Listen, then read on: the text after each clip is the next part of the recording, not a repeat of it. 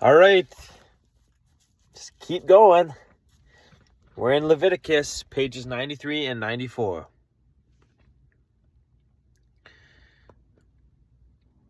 In this way, the priest will make atonement for them for the sin they have committed, and they will be forgiven.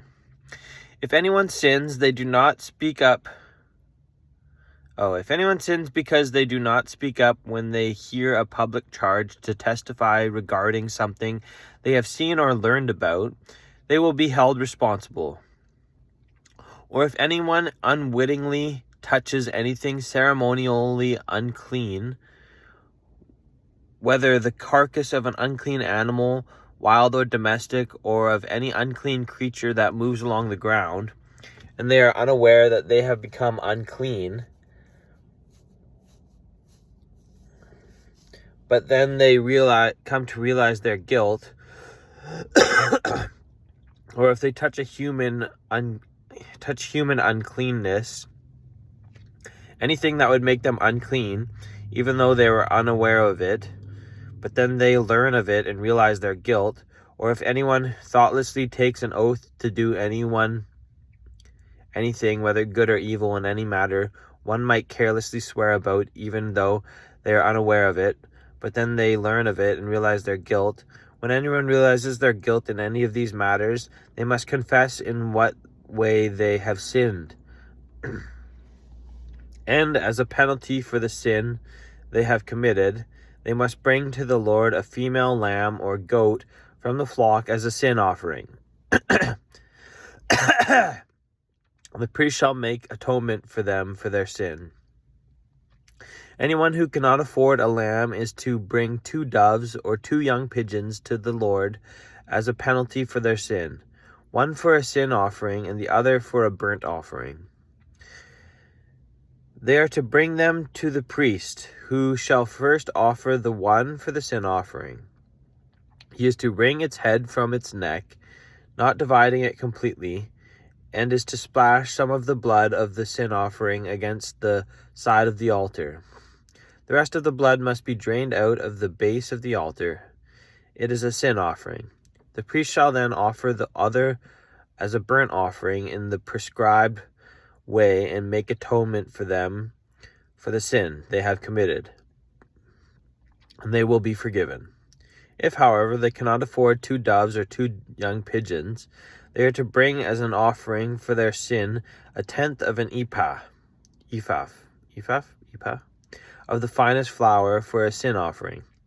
They must not put oil or incense on it, because it is a sin offering. They are to bring it to the priest, who shall take a handful of it as a memorial portion and burn it on the altar on top of the food offerings presented to the Lord. It is a sin offering. In this way, the priest will make atonement for them for any of these sins they have committed, and they will be forgiven. The rest of the offering will belong to the priest, as in the case of the grain offering, the guilt offering. The Lord said to Moses, "When anyone is unfaithful to the Lord by sinning unintentionally in regard to any of the Lord's holy things, they are to bring to the Lord as a penalty a ram from the flock, one without defect, and one of the proper value of the proper value in silver, according to the sanctuary shekel. It is a guilt offering. They must make restitution for what they have failed to do in regard to the holy things. Pay an additional penalty of 1/5 of its value and give it all to the priest. The priest will make atonement for them with the ram as a guilt offering, and they will be forgiven. If anyone sins and does what is forbidden in any of the Lord's commands, even though they do not know it, they are guilty and will be held responsible. They are to bring to the priest as a guilt offering a ram from the flock, one without defect and of proper value. In this way, the priest will make atonement for them for the wrong they have committed unintentionally, and they will be forgiven. It is a guilt offering. They have been guilty of wrongdoing against the Lord. The Lord said to Moses, "If anyone sins and is unfaithful to the Lord by deceiving a neighbor, by about something entrusted to them or left in their care, or about something stolen, or if they cheat a neighbor, or if they find lost property and lie about it, or if they swear falsely about any such sin that people may commit. When they thus sin and realize their guilt, they must return what they have stolen or taken by extortion, or what was entrusted to them. Sorry, that probably looked really weird. Or the lost property they found, or whatever it was they swore falsely about. This is so boring. Is it so boring, Connor, or is it sobering? I think it's a bit of both. They must make restitution in full. Add a fifth of the value to it and give it all to the owner on the day they present their guilt offering. Why is my mouth watering? I don't understand. Really weird. And as a penalty, they must bring to the priest, that is, to the Lord, their guilt offering, a ram from the flock, one without defect and of proper value. In this way, the priest will make atonement for them before the Lord, and they will be forgiven for any of the things they did that made them guilty. The burnt offering. The Lord said to Moses, "Give Aaron and his sons this command. These are the regulations for the burnt offering. The burnt offering is to remain on the altar hearth throughout the night till morning, and the fire must be kept burning on the altar. The priest shall then put on his linen clothes with the linen undergarments next to his body, and shall remove the ashes of the burnt offering that the fire has consumed on the altar, and place them beside the altar.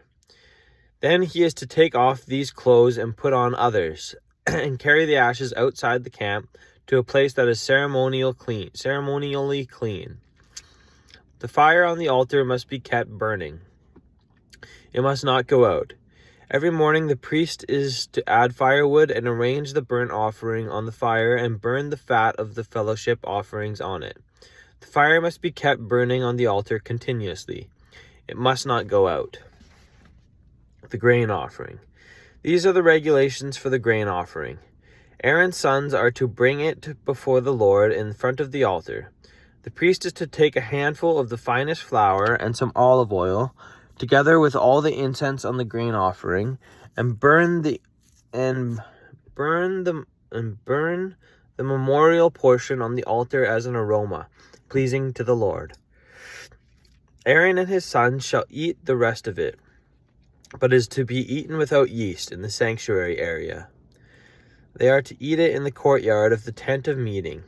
It must not be baked with yeast. I have given it as their share of the food offerings presented to me. Like the sin offering and the guilt offering, it is most holy. Any male descendant of Aaron may eat it. For all generations to come, it is his perpetual share of the food offerings presented to the Lord. Whatever touches them will become holy. The Lord also said to Moses, "This is the offering Aaron and his sons are to bring to the Lord on the day he is anointed. A tenth of an ephah of the finest flour as a regular grain offering, half of it in the morning and half of it in the evening. It must be prepared with oil on a griddle. Bring it well mixed and present the grain offering broken in pieces as an aroma pleasing to the Lord. The son who is to succeed him as anointed priest shall prepare it. It is the Lord's perpetual share, and it is to be burned completely. Every grain offering of a priest shall be burned completely. It must not be eaten." The sin offering. The Lord said to Moses, "Say to Aaron and his sons, these are the regulations for the sin offering.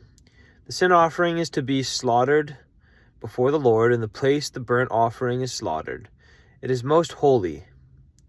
The priest who offers it shall eat it. It is to be eaten in the sanctuary area, in the courtyard of the tent of meeting. Whatever touches any of the flesh will become holy. And if any of the blood is spattered on a garment, you must wash it in the sanctuary area. The clay pot the meat is cooked in must be broken, But if it is cooked in a bronze pot, the pot is to be scoured and rinsed with water. Any male in a priest's family may eat it. It is most holy. But any sin offering whose blood is brought into the tent of meeting to make atonement in the holy place must not be eaten. It must be burned up. The guilt offering. These are the regulations for the guilt offering, which is most holy. The guilt offering is to be slaughtered in the place where the burnt offering is slaughtered, and its blood is to be splashed against the sides of the altar. All its fat shall be offered, the fat tail and the fat that covers the internal organs, both kidneys with the fat on them near the loins, and the long lobe of the liver, which is to be removed with the kidneys. All right, that's pages 93 and 94. That felt like so long. That was horrible. Sorry. I don't know. Okay, 93 and 94? Yeah.